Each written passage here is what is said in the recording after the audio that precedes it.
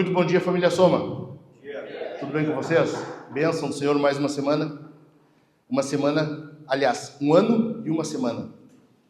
Que tal, hein? Coisa boa, né? Semana passada, na Páscoa, nós comemoramos um ano e foi bom demais. Foi bom passar o dia com os irmãos, foi bom ver gente sendo batizada, bebês sendo dedicados. Depois eu estava assistindo o vídeo de novo da dedicação, o Romeu com o pescoço assim. É uma graça ver o Tiago segurando o bebê, é a coisa mais linda do mundo. Bênção do Senhor. E, meus irmãos, nós estamos iniciando uma nova série, uma série de sermões sobre família e igreja. O que tem a ver um com o outro? Qual dos dois é a prioridade para nós? Como que se funciona isso? O que Deus quer de nós com relação à família? Então a gente vai ver um pouquinho sobre isso. E eu quero dizer para vocês que, desde já, eu estou muito alegre, de verdade, estou muito alegre e empolgado para falarmos sobre isso. Muito mesmo. E eu quero que a gente inicie lendo a Bíblia já. Vamos ler o texto? Abre Gênesis aí. Vamos começar num livro fácil, tá? Depois a gente vai dificultando. Gênesis, no primeiro capítulo de Gênesis, inclusive. Abre aí, deixa a Bíblia aberta. Nós vamos ler alguns versículos e depois vamos pular para o capítulo 2. Porque a ideia é a gente entender a ideia do texto. Nós não vamos estudar esse texto expositivamente. Se Deus quiser, futuramente, daqui a uns bons anos, a gente vai ter uma série em Gênesis, mas não é para agora. Então, agora a gente só vai pegar a grande ideia do texto, tá bom? Gênesis capítulo 1, versos 26 ao 28. Acharam aí? Versículos 26, Gênesis 1, 26. Nós vamos ler até o 28. Depois tu vira a página, vai no capítulo 2, versículo 15. E fica com uma caneta na reta aí também. Gênesis 1, 26, diz assim: E disse Deus, ou melhor, e Deus disse, façamos o ser humano à nossa imagem, conforme a nossa semelhança. Tenha ele domínio sobre os peixes do mar, sobre as aves dos céus, sobre os animais domésticos, sobre toda a terra e sobre todos os animais que rastejam pela terra. Versículo 27. Assim Deus criou o ser humano à sua imagem, a imagem de Deus o criou. Homem e mulher os criou. Versículo 28. E Deus os abençoou e lhes disse, sejam fecundos. Veja qual é a bênção do Senhor. E Deus os abençoou e lhes disse, sejam fecundos, multipliquem-se, encham a terra e sujeitem-na. Tenham domínio sobre os peixes do mar, sobre as aves dos céus e sobre todo animal que rasteja pela terra. Vai lá no capítulo 2, versículo 15. O Senhor Deus tomou o homem e o colocou no jardim do Éden para o cultivar e guardar. Amém? Bendita a palavra de Deus. O que a gente tem que entender de cara aqui, de início? Cara, tu já percebeu que a Bíblia começa e termina com casamento? A Bíblia começa, os 3 primeiros capítulos de Gênesis, os que vão dar a base, a sustentação para toda a palavra de Deus, começa com um casamento. E a Bíblia encerra, Apocalipse, os últimos 3 capítulos, 19, 20, 21 e 22, encerram com um casamento. O casamento do cordeiro e a noiva. Encerra nas bodas, encerra com essa união eterna. Então a Bíblia ela valoriza muito isso aqui. Ou seja, tem algo muito importante nisso aqui que a gente precisa entender. Então quando a gente fala de família, casamento, filhos, nós temos que ter muita atenção, porque a Bíblia dá muita atenção a esse assunto. A gente não está falando de qualquer assunto, não é de bobagem.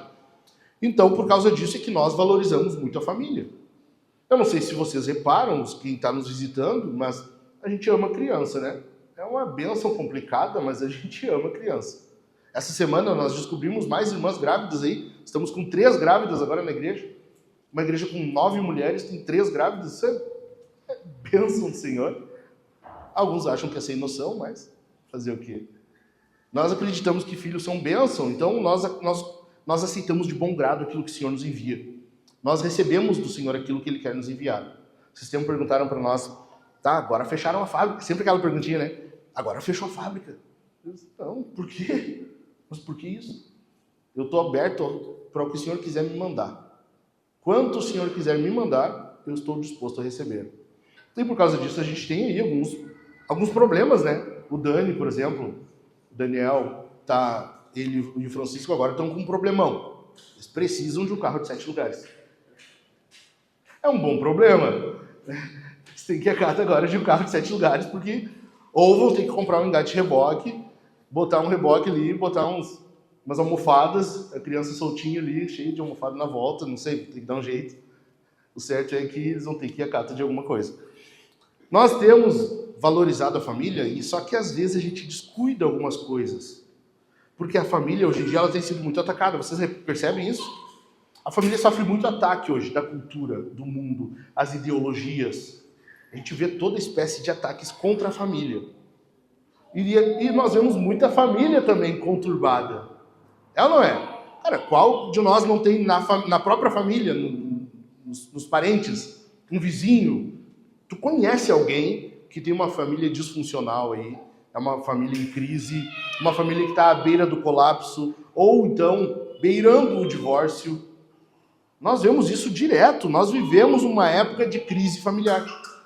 A gente vive um período de crise familiar. O problema é que a cura para essa crise tem sido buscada em vários lugares. E aí a gente vai ver pessoas buscando coaches, buscando tem que ser o pastor fulano de tal, porque ele fala sobre família. Tem que ser na terapia, tu tem que ir para uma psicoterapia, tu tem que fazer alguma coisa. Não. Na verdade, o que a gente precisa mesmo, o que a gente precisa para a cura da crise familiar, é um relacionamento correto da família com Deus. É isso que nós precisamos. A cura para a família está num relacionamento correto com Deus, num relacionamento em que a família se relaciona com Deus por meio de Jesus Cristo no contexto da igreja. Por isso, então, a série Família e Igreja. Ok? E eu quero começar vendo com vocês 3 necessidades para uma cultura do reino, no pequeno reino. E tu vai ver durante a série, eu quero que tu grave isso aqui. É muito importante. Grava isso aqui. Tu tem que ter essa noção. A tua casa, a tua família é um pequeno reino. Ok? E a série de sermões vai ser com esse pressuposto. A tua casa, a tua família é um pequeno reino. Amém? Entendeu? Então vamos lá. 3 necessidades para uma cultura do reino no pequeno reino. Em primeiro lugar, tenha uma cultura. Tu tem que ter uma cultura. Faz um exercício mental aí. Pensa em 3 vizinhos teus. 3 famílias de vizinhos. O que marca essa família? O que é o grande destaque, a característica dela? O que tu poderia dizer? Essa família aqui, a cultura deles é essa. Muitos estão tendo problema, né? Eu não sei dizer. Por exemplo, pensando num vizinho meu agora, o que eu posso dizer é que eu sei que o cara, ele ama o Grêmio. Às vezes a gente está vendo o jogo lá, o Leandro e eu, e a gente ouve de longe assim um grito, né? Deu gol. O cara grita já. Mas essa é uma característica dele, não é da família. O que marca a tua família? Qual é a cultura da tua casa? Entende? Tu precisa ter uma cultura. Porque a gente vive no reino, é ou não é? A igreja é um posto avançado do reino. No reino, tu vê uma cultura. Amor ao próximo. Tu tem que considerar o próximo maior, superior a ti mesmo. Nós temos uma cultura do reino. Amor a Deus. Nós temos que servi-lo. Tem uma cultura envolvida nisso. Tá, mas e na tua casa, que é um posto avançado da igreja daí? Qual é a cultura na tua casa? Tu entende? A primeira coisa que tu precisa é ter uma cultura. Tu precisa disso na tua casa. A gente vive hoje um período em que as famílias vivem, cara, a moda Bangu, assim, solta.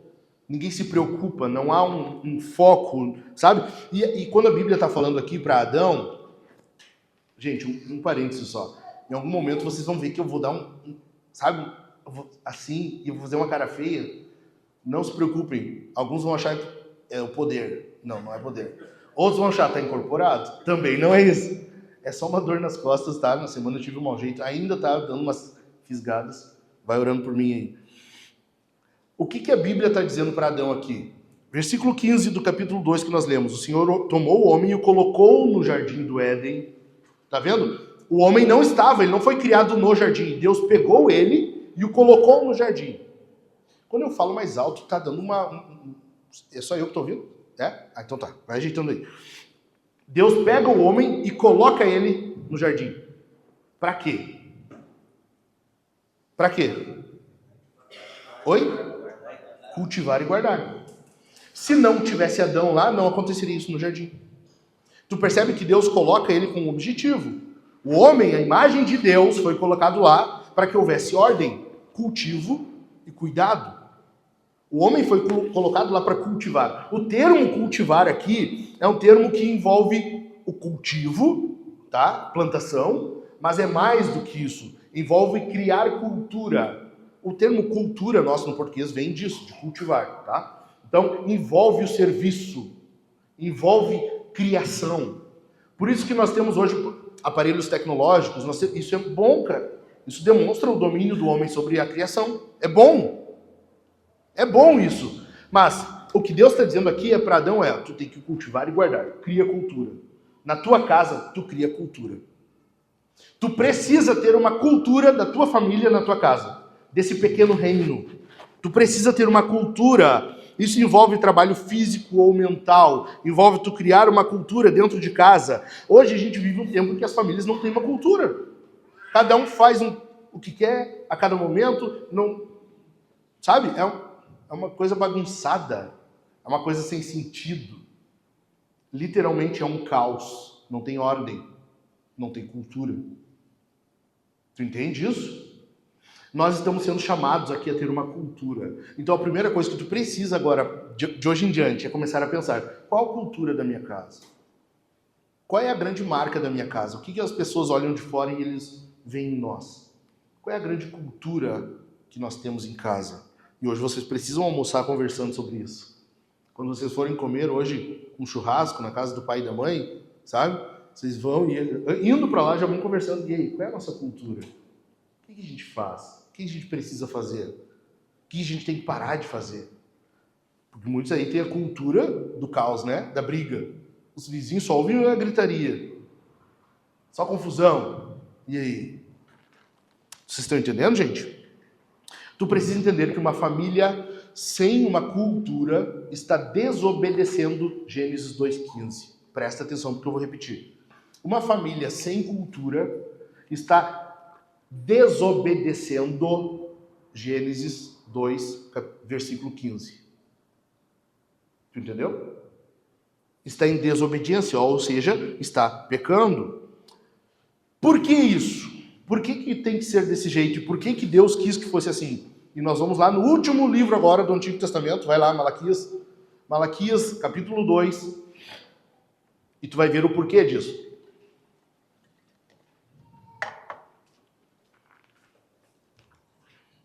Se tu achar o Novo Testamento, vai voltando. Chegou em Mateus, o livro anterior a ele vai ser Malaquias. É o último livro do Antigo Testamento, Malaquias 2, verso 19. 19.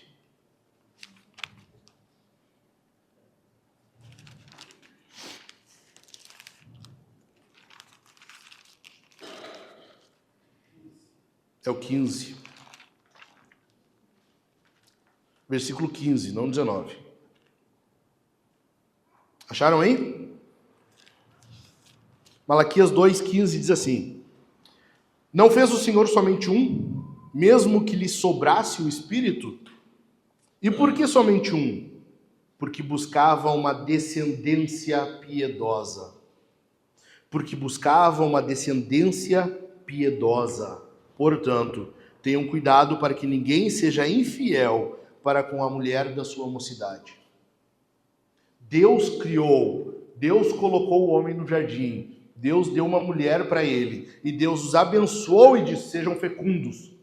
Agora cria cultura. Por quê? Porque Deus quer uma descendência piedosa. Deus quer que os teus e os meus filhos sejam crentes.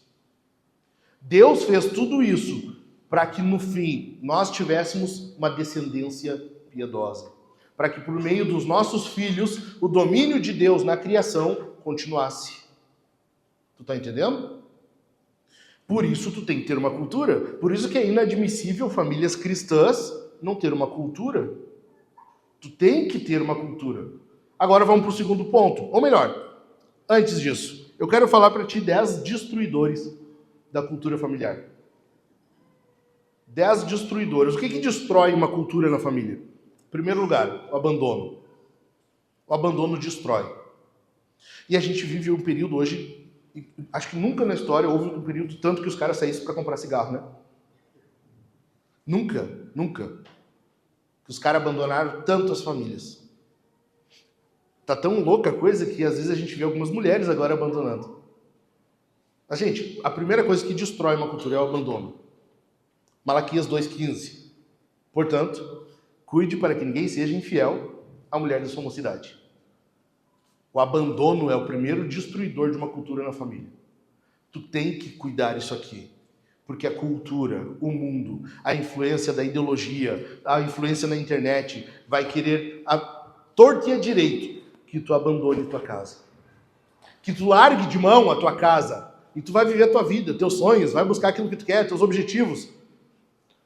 E Deus está dizendo, fica. Tu foi chamado para isso. Agora o teu trabalho é esse, a tua responsabilidade é essa. Tu não pode abandonar a tua casa, e nem mesmo dentro de casa. Que o que mais tem é abandono, às vezes, morando juntos.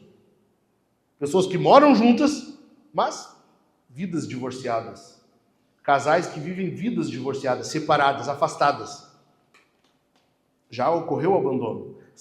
A única coisa que não aconteceu foi uma assinatura, só isso.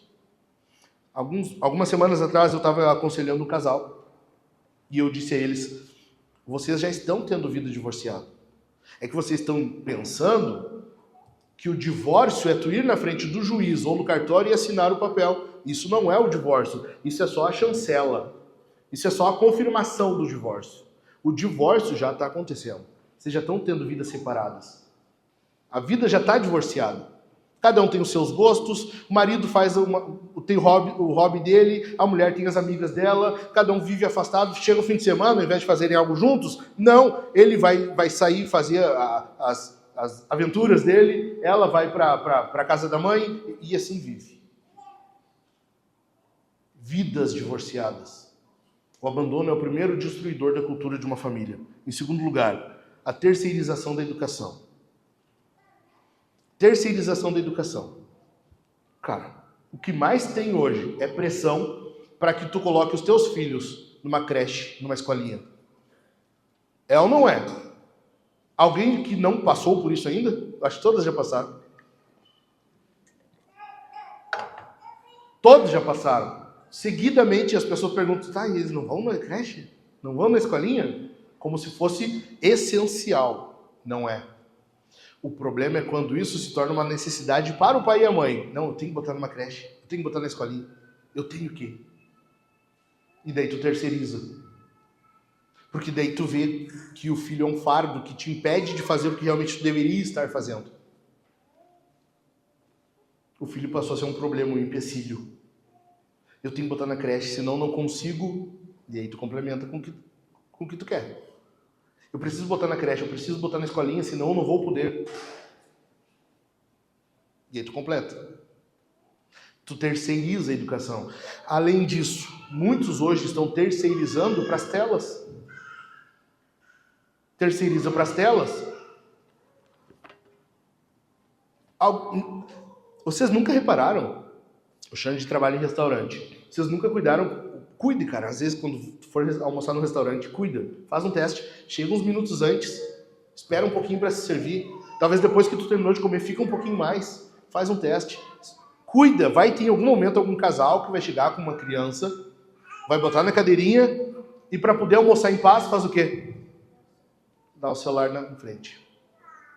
É ou não é? Larga o celular. Porque aquilo ali é hipnotizante. Tu sabe de onde vem o termo dopado? É de dopamina.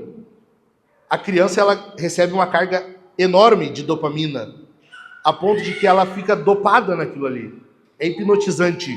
Por isso que daí quando tu tira, daí tem o escândalo. Ela não é. Aí é um berreiro, é o caos. É prato voando no copo para tudo que é lado. Salada. Entendeu? Está terceirizando a educação. Terceira razão. O terceiro destruidor da cultura familiar é a falta de referência discipular. Quem é que discipula a tua casa? Discipular de discípulo. Porque, deixa eu te explicar uma coisa. Influencer não é pastor. Tá? Eu sei, cara, não tem problema. Tu pode acompanhar Hernandes Dias Lopes, pode acompanhar quem for. Mas ele não é teu pastor. Ele não é teu pastor, não é ele que pastoreia teu coração. Influencer não é pastor. E muitas famílias hoje estão tendo isso. Tem muito conteúdo da internet e falta uma referência discipular, alguém para discipular aquela casa ali. Falta alguém para tu ter como referência.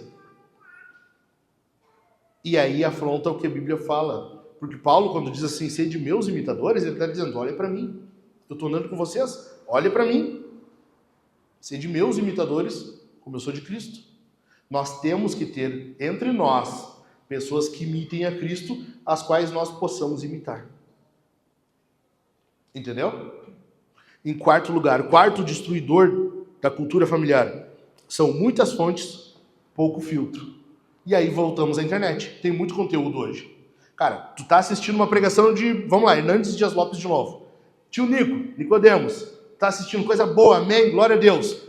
Passou o vídeo, tu terminou o vídeo e passou pro próximo ali no automático. É de René Kivitz. E aí? Daí tu segue assistindo. Entende? Daí terminou aquele e passa pro próximo. Esse profeta que tem agora, Miguelzinho, sei lá. Tá, mas e? Conteúdo tu tem aos montes. Mas qual filtro tu tem pra... Como é que tu filtra aquilo ali? Cara, conteúdo na internet é o que mais tem. O que está filtrando aquilo ali? Como é que tu filtra isso? Quinto lugar, má administração do tempo. Má administração do tempo. Por que muitas famílias não têm cultura? Porque não se administram. Não tiram um tempo intencionalmente para aquilo ali. Não para fazer um culto familiar. Não tiram tempo para fazer alguma coisa juntos. A cultura na família não ocorre por quê? Porque não se programam, não tem tempo, não administram o tempo. Em sexto lugar, a falta de adoração no lar. Deixa eu te explicar uma coisa. Sabe como é que tu faz pro Enzo e a Valentina ficar sentadinho no culto? Botando ele sentadinho no culto familiar. O culto familiar, ele é energizado, vamos dizer assim, esse culto público aqui, ele é o que dá o combustível, tá? É o que encoraja o culto familiar. Ao mesmo tempo, o culto familiar é o que treina para o culto público. Um alimenta o outro. Entende?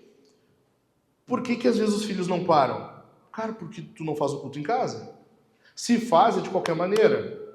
A criança faz o que quer. Tu não bota ele sentado de meu filho, agora nós vamos adorar o Senhor em casa. Lá em casa, seguido, às vezes eu tenho que lembrar as meninas. Minha filha, nós estamos diante do Senhor aqui. Nós estamos é um culto aqui.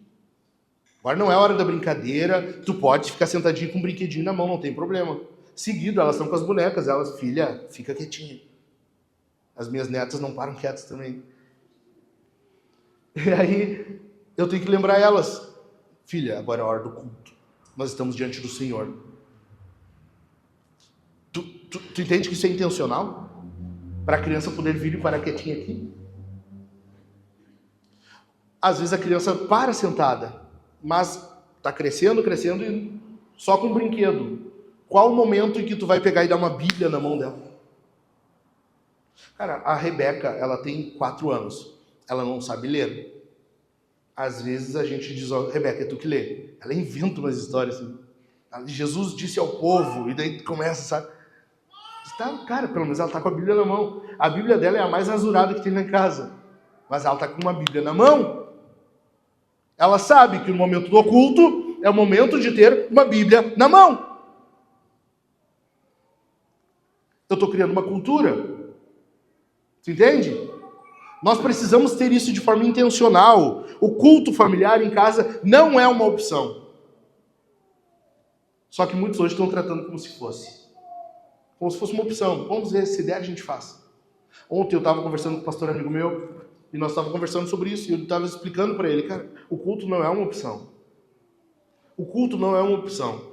Como é que teu filho vai ver tu com uma Bíblia na mão? Em que momento do dia teu filho vê isso?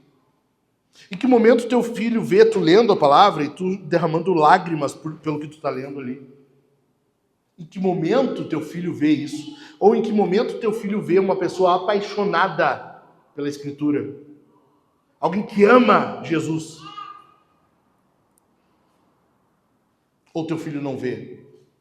Que cultura é essa que nós estamos criando em casa? Nós precisamos ter isso de forma intencional. Em sétimo lugar, as telas. As telas. As telas são um destruidor da cultura familiar. E aqui, eu sei que vocês estão pensando já para os filhos. E eu não estou falando só dos filhos. Eu estou falando dos papais também. Quantas vezes tu está na sala de casa, tua mulher do teu lado, e tu está no celular, ela está no celular dela, e cada um no seu mundo.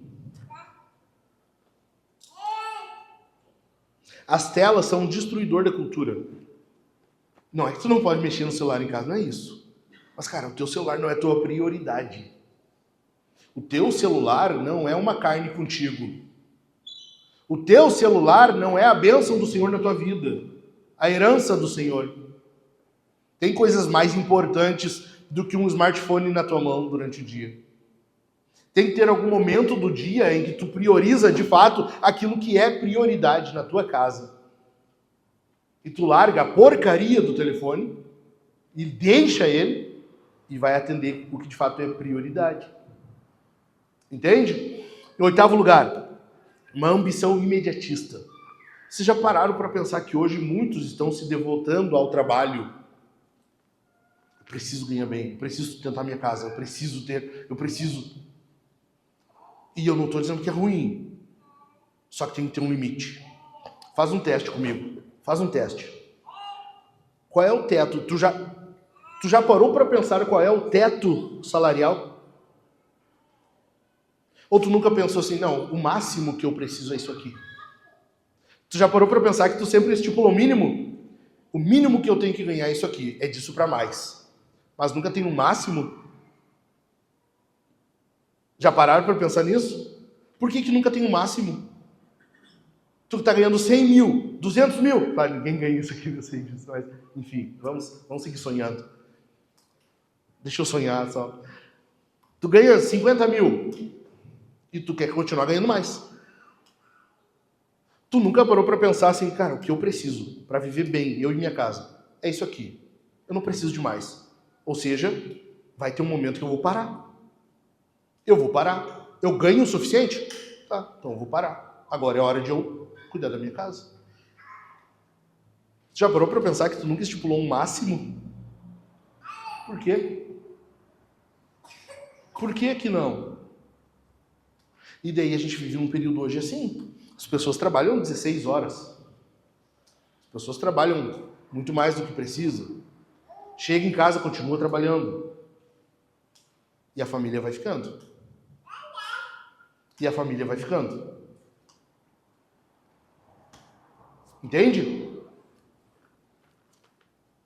Sim ou não? Então nós precisamos parar com essa ambição imediatista. Eu tenho que ter. E eu preciso para o quanto antes. Deus vai continuar te sustentando. A palavra de Deus continua sendo verdadeira. Mateus capítulo 6, os versículos finais continuam valendo. O Senhor é um Pai e Ele sabe do que tu precisa. E Ele vos dará as coisas necessárias. Amém? Em nono lugar, preguiça. A preguiça destrói a cultura na família. A preguiça destrói o que tu tem que estar fazendo.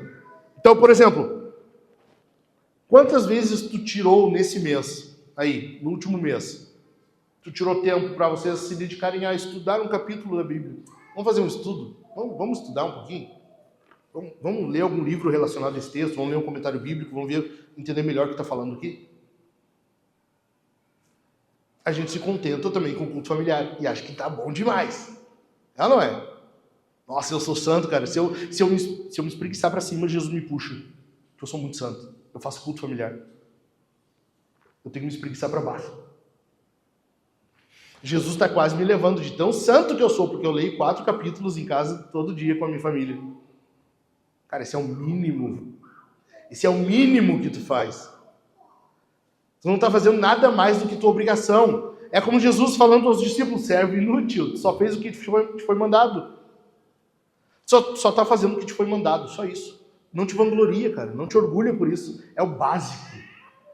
É o básico. Tu ler o texto bíblico com a tua família, fazer um culto familiar, isso é o mínimo que tu faz. Entendeu? 10º lugar, a incredulidade. Destrói a cultura na família. Por que tu não faz mais? Por que eu não faço mais? Porque no fundo, a gente não crê. No fundo mesmo, cara, a gente não crê. A gente crê só o básico, sabe?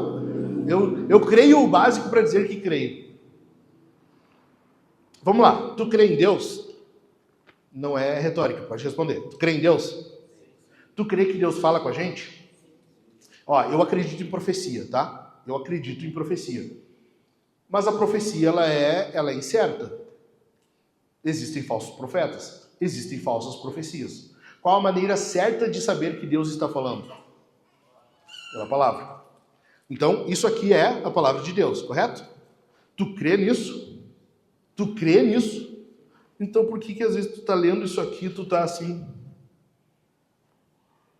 quase cochilando no culto em casa? Se Deus tá falando contigo.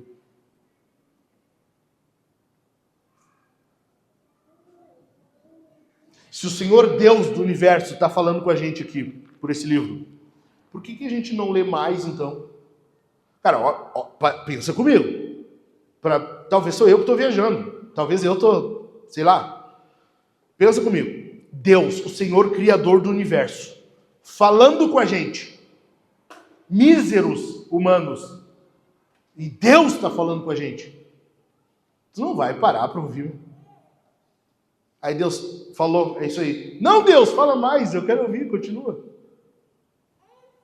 Não seria assim o normal, o esperado? Por que a gente não faz então? O normal, se a gente crê de fato, seria, cara, eu me atrasei para o trabalho hoje, eu não conseguia parar de ler a Bíblia. Eu não consegui parar de ler a Bíblia, acabei me atrasando.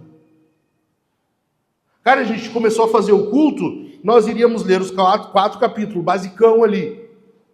No plano que a gente segue, né? Não que o Dani segue. O Dani tem uns planos meio loucos, lembra? Ano passado ele quis implementar, causar o caos na igreja. 4 capítulos, básico. Cara, a gente não conseguiu, a gente leu mais. A gente não conseguiu parar. De tão boa que estava a leitura. Era Deus de fato falando com a gente.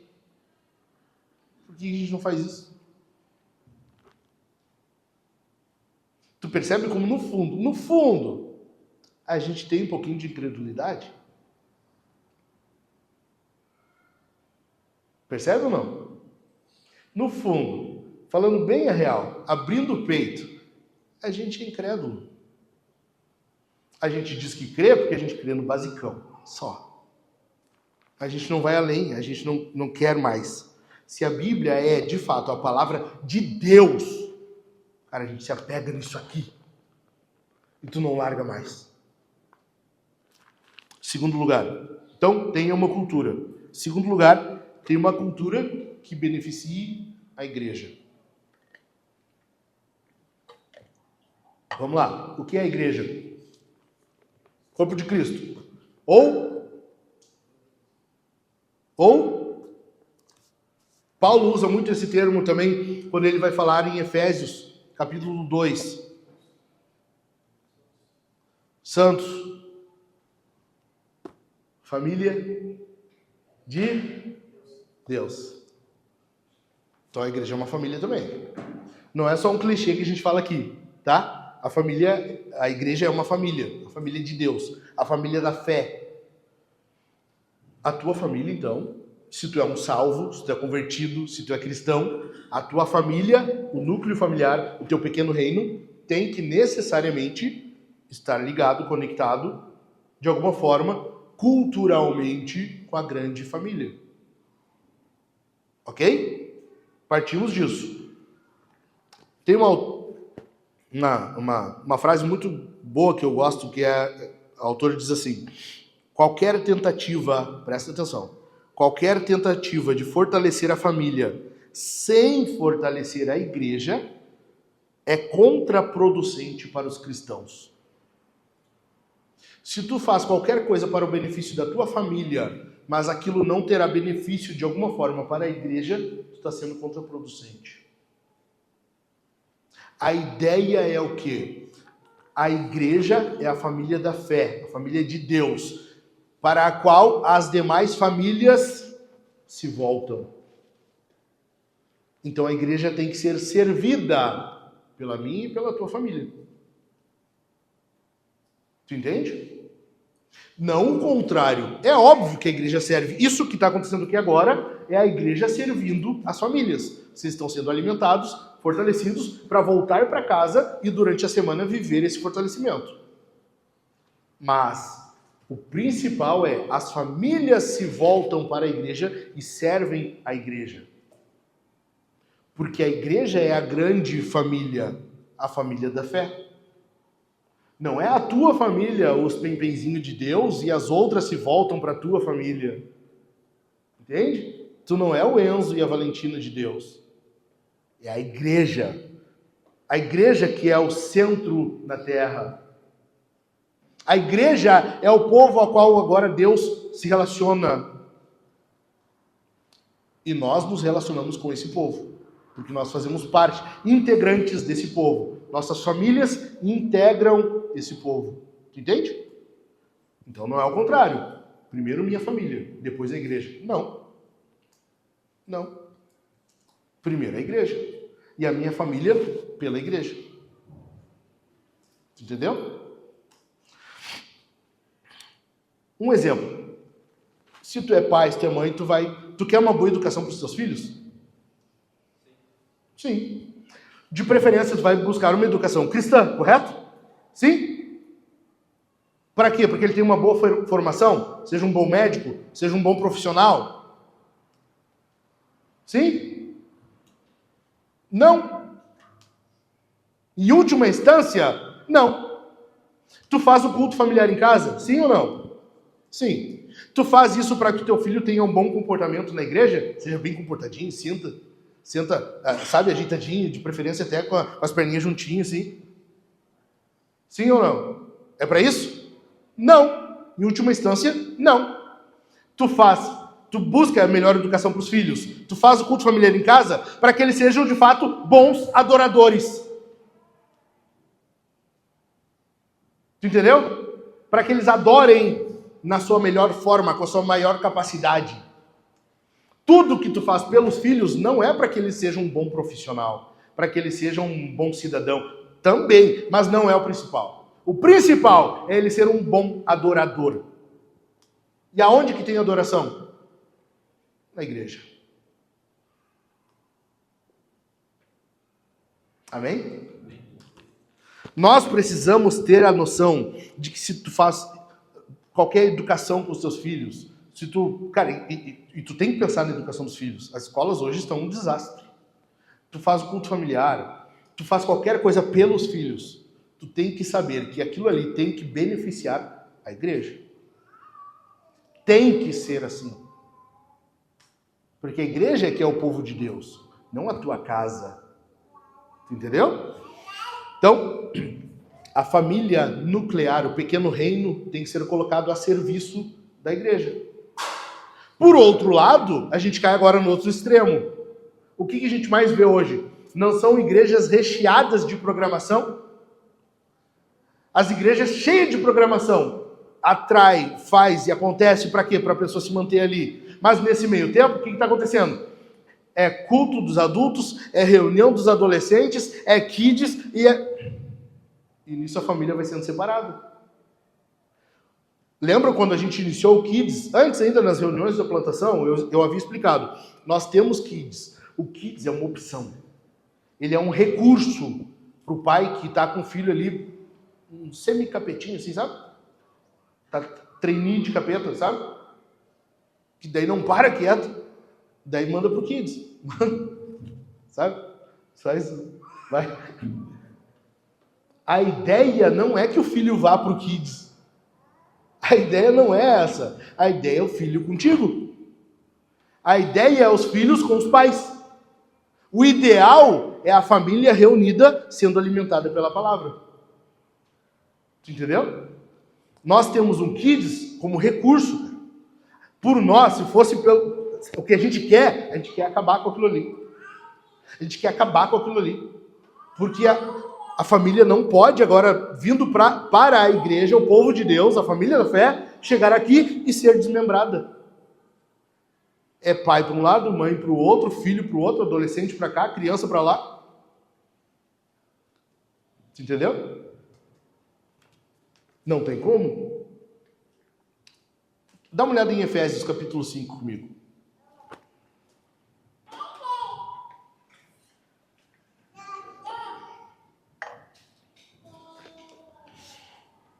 Efésios 5:19.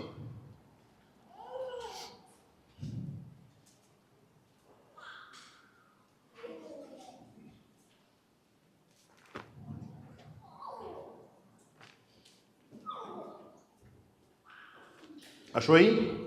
Efésios 5:19 diz assim: falando entre vocês,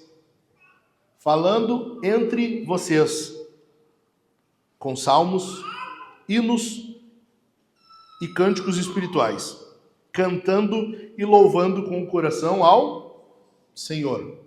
Isso aqui Paulo está mandando para a igreja. Ó, a igreja faz assim. Daí ele diz o quê? Falando entre vocês, tá? E aí logo na sequência o que ele continua falando? Vocês lembram? Ali do 20 em diante, o 22, esposas. No 25, maridos. Capítulo 6, versículo 4, filhos. No 6:1, pais. Tu entende que ele está se dirigindo individualmente. Mas antes disso ele falou a vocês. Tu percebe que a família está junta no contexto da igreja? A ideia é que a família esteja junta servindo a igreja. A família serve a igreja juntos. Tu entendeu? Não tem na Bíblia um espaço kids, a área dos adolescentes. Agora o teen, né? Os teen,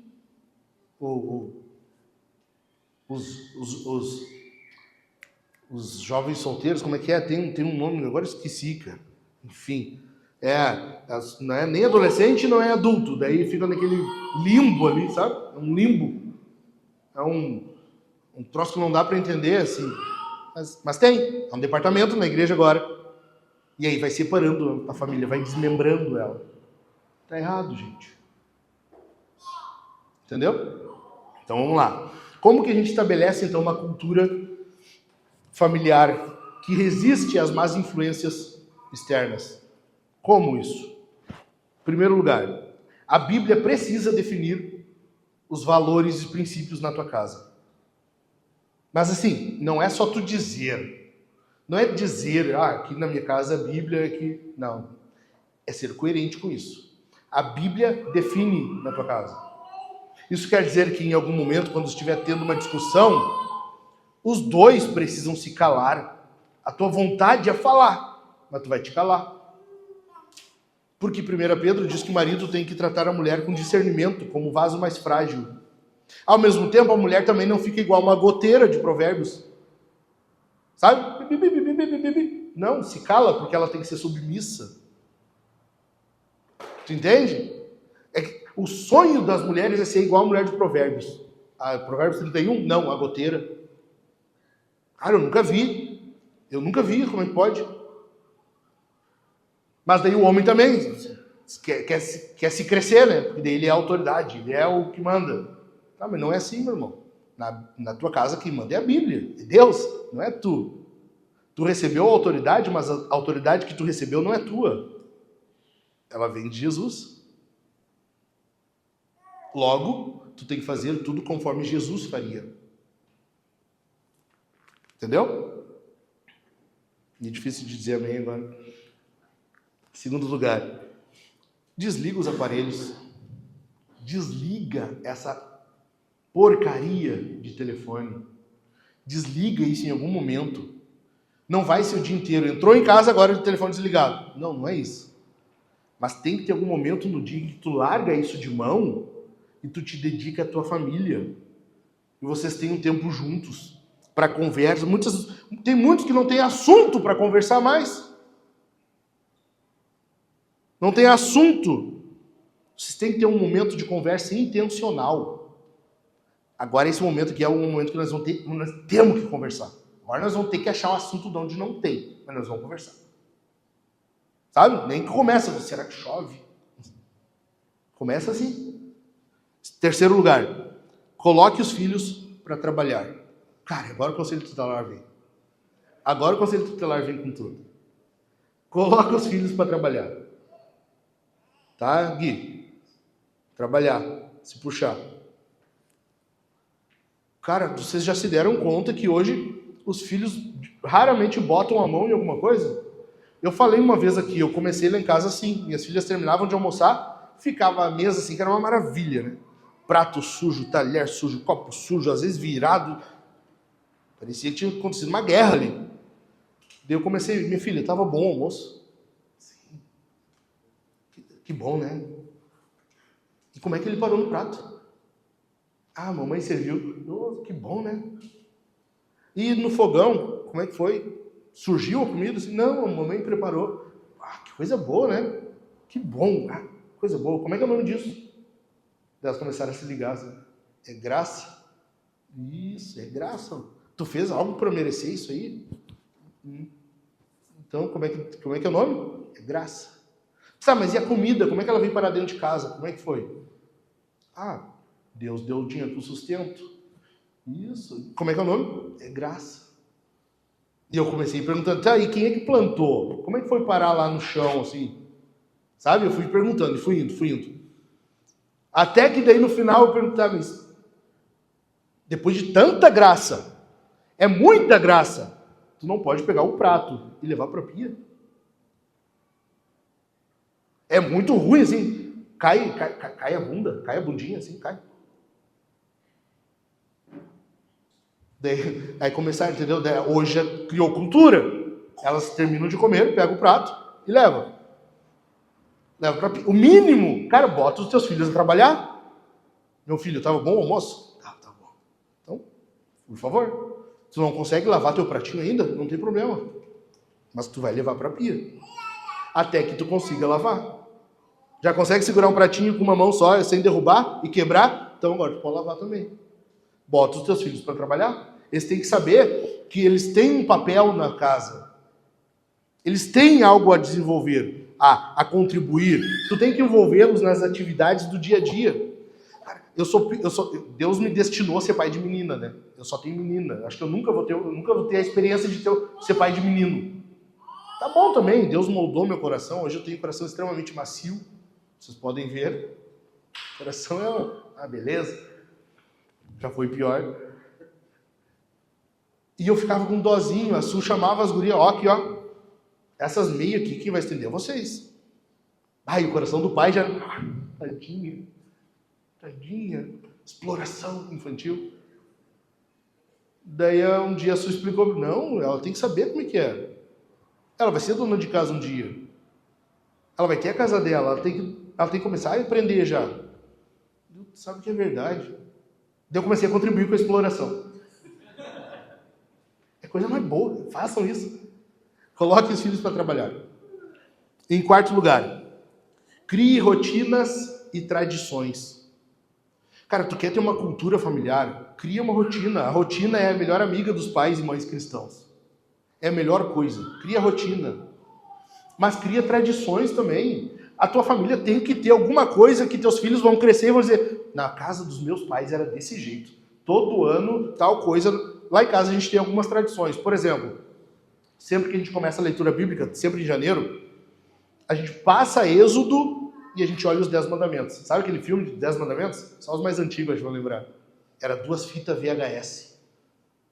Tinha intervalo no meio do filme. É um filme longo. A gente olha o filme. Chega a Páscoa, a gente olha a Paixão de Cristo. Está chegando o período do Natal, em dezembro, a gente olha Esqueceram de Mim 1 e 2 e A Felicidade Não Se Compra. É tradição. É tradição. Vocês têm que ter alguma tradição para o teu filho lembrar. Cara, eu quero continuar fazendo isso na minha casa, lá com o papai e a mamãe a gente fazia. Era bom demais. Entende? Vocês têm que ter alguma coisa que seja a tradição da família. Todo domingo, por exemplo, hoje, à noite, eu já sei, vai ser uma perturbação lá em casa. Mas é uma cultura que a gente iniciou, uma tradição, que é a folguinha. A folguinha é a noite que as meninas saem do quarto delas e vão dormir com a gente. Elas vão todo mundo lá pro nosso quarto e dorme lá. É a folguinha. Virou tradição. Só que tem muita gente já dentro do quarto. Não dá mais. Não tem que começar a alugar um flat, sei lá. É muita gente. É tradição. Sabe-se que todo domingo, de domingo para segunda, elas têm a folguinha. Entende? Tem coisas, cara, que vocês criam, coisas simples. Tu não vai gastar a mais. E a tua família vai ter uma tradição. A criança vai tendo boas memórias. Entendeu? No mínimo, assim, ó, no mínimo, o almoço pelo menos vai ter que ser na mesa. Vocês já repararam que hoje tem famílias até que na hora de almoçar não sentam mais juntos? Vão pra frente de uma TV, vai assistir uma série, vai fazer alguma coisa. Cara, no mínimo um almoço. Então, almoço não tem como. A janta. Ó, durante o dia a gente dá uma correria, cada um para um lado, não tem como. Mas a janta, gente, nós temos que sentar à mesa juntos. Não sei, cara. Cria uma cultura, cria uma tradição na casa de vocês. Entendeu? Quinto lugar. Leiam juntos. Leiam juntos. Tem que ter um momento em que vocês leem juntos. Por quê? Deus deixou o que para nós? Um livro. Deus não deixou um filme, uma série. Deus não deixou um áudio. Deus deixou um livro. É impossível que cristãos não gostem de ler. Cristão que ama Jesus tem que amar leitura. Como é que tu cria amor por leitura nos filhos? Lendo junto. Lendo junto. Pega um livrinho infantilzinho, básico. Para ti vai ser a maior perda de tempo, talvez. Mas tu vai estar lendo junto. Teu filho vai estar ali. E assim vocês vão ampliando. Entendeu? Leiam juntos. O amor pela leitura tem que ser parte de uma família cristã. Sexto lugar. São 10, tá? Calma lá, que nós já estamos indo para o final. Seja confiável. Tu quer ter uma boa cultura na tua família? Seja confiável. Porque se tu não for, na escola vai ter amigos confiáveis. Se tu não for, vai ter algum vizinho confiável. O traficante confiável. Um professor esquerdoso confiável. Alguém vai ser confiável. O teu filho precisa de ti. Tu tem que ser a pessoa confiável para os filhos. O teu filho tem que olhar para ti e pensar que essa é a pessoa em quem ele mais confia. Independente do momento, da circunstância, independente do que for. Aquela pessoa ali é a quem ele vai recorrer. Não importa o tamanho da bobagem que aconteceu, não importa o tamanho do problema, a crise, seja o que for. A primeira pessoa por quem ele vai chamar é tu.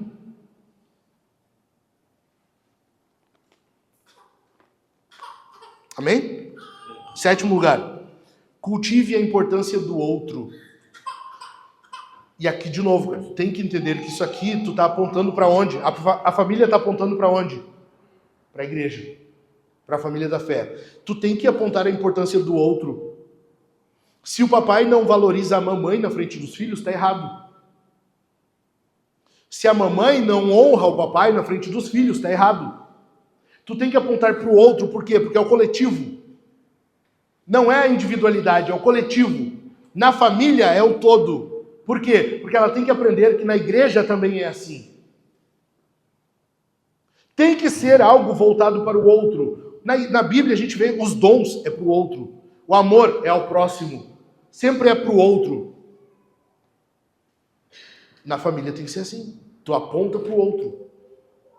Eu falei um dia pra Su, nós, na frente das meninas, cara, nós dois, na frente das meninas, cara, a gente é um time. É nós contra elas. Não tem, é nós contra elas.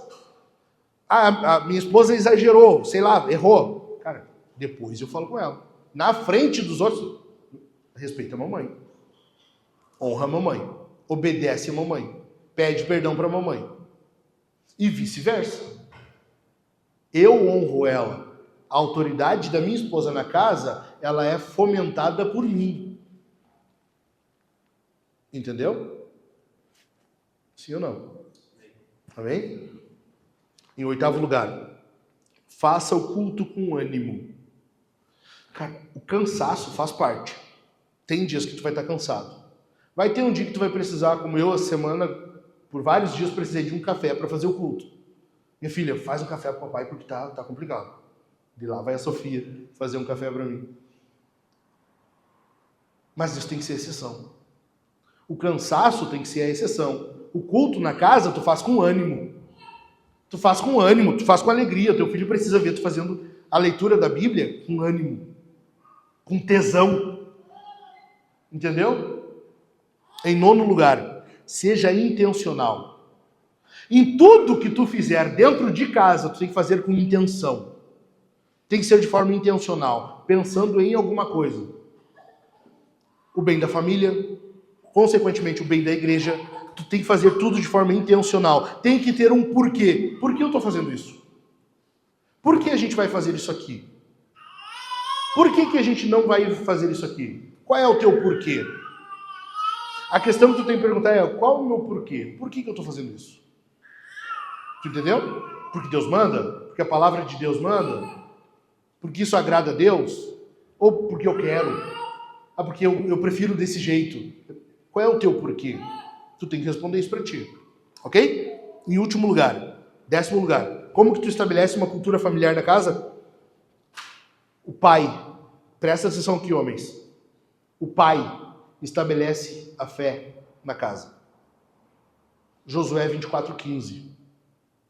Josué está falando para o povo. Vocês, eu não sei, cara. Vocês têm que decidir quem vão servir. Se é o Deus de Israel, o Deus dos nossos pais, ou os deuses que os nossos antepassados adoraram. Eu não sei vocês. Eu e a minha casa serviremos ao Senhor. Josué não fala assim, eu fiz uma votação lá, tá? A gente entrou num consenso de que nós vamos adorar o Deus de Israel. Eu fiz uma enquete no WhatsApp lá, eu mandei no grupo da família, daí uma enquete vendo qual Deus nós ia adorar, e todo mundo preferiu que fosse o Deus de Israel. Não há votação, não há democracia. O homem estabelece qual Deus será adorado na casa. Eu e a minha casa serviremos ao Senhor. Portanto, se o teu Enzo, a tua Valentina, em algum momento não quiser mais adorar a Deus, que não adore, mas vai vir na igreja junto. Eu, na minha fase de rebeldia, sabe, adolescentezinho, assim, uma vez eu questionei meus pais, tá, mas e se eu não quiser mais ir na igreja? Vai sem querer? Sabe, tipo Chaves, assim. Eu tava esperando, sei lá, uma argumentação, alguma coisa assim. Meu filho, tu precisa crer no Senhor. Não, só... Tu vai sem vontade mesmo, vai sem querer. A coisa mais triste foi para mim aquilo. Hoje foi extremamente alegre. Hoje eu sirvo ao Senhor. Mas não teve votação. Josué está fazendo isso. Eu e a minha casa. Não é eu e elas se quiserem, os meus filhos se quiserem. Não, eu e a minha casa serviremos o Senhor. Dentro da tua casa, nas 4 paredes, do terreno para dentro, quem define o Deus adorado é tu. Amém? Último, estou encerrando, gente. É o último ponto do sermão. Tá? Olha só. Eu sei, tá demorado. Calma, estou indo para o final. Em último lugar, tem uma cultura moldada pela Bíblia. Se tu precisa de uma cultura, então, voltada para a igreja, essa cultura tem que ser moldada pela Escritura, correto? Então vamos lá, rapidinho. A igreja é a família de famílias. É uma família formada por várias famílias, tá? Então a igreja é o reino. A família nuclear, a família tua e a minha, elas são pequenos reinos. Então na tua casa tu precisa ver dessa forma. Tu representa quem na tua casa, papai? Quem? Jesus, Deus. O homem representa Deus. O homem é o rei. Nessa visão que eu falei antes de pequeno reino, o homem é o rei. Só que Deus criou uma auxiliadora, porque esse rei não consegue fazer isso sozinho. Então, a mulher, a rainha, ela é a principal conselheira do rei. O homem precisa ouvir a mulher. Não é porque o homem, eu sou a cabeça do lar, eu sou o rei aqui, eu sou... Não, cara, tu é tão bunda mole, tu é tão ridículo, que tu não consegue fazer bem feito sozinho. Deus teve que colocar alguém para te ajudar. Logo, essa é a principal conselheira. O homem que não ouve a sua mulher é um tolo. O homem que despreza o conselho da mulher é tolo. Eu não estou dizendo que agora o homem vai ter que ouvir sempre e fazer tudo o que a mulher diz. Ao passo que a mulher também não vai dar uma de manipuladora, que é o potencial feminino, né? Concordam comigo? Que bom que todas concordam.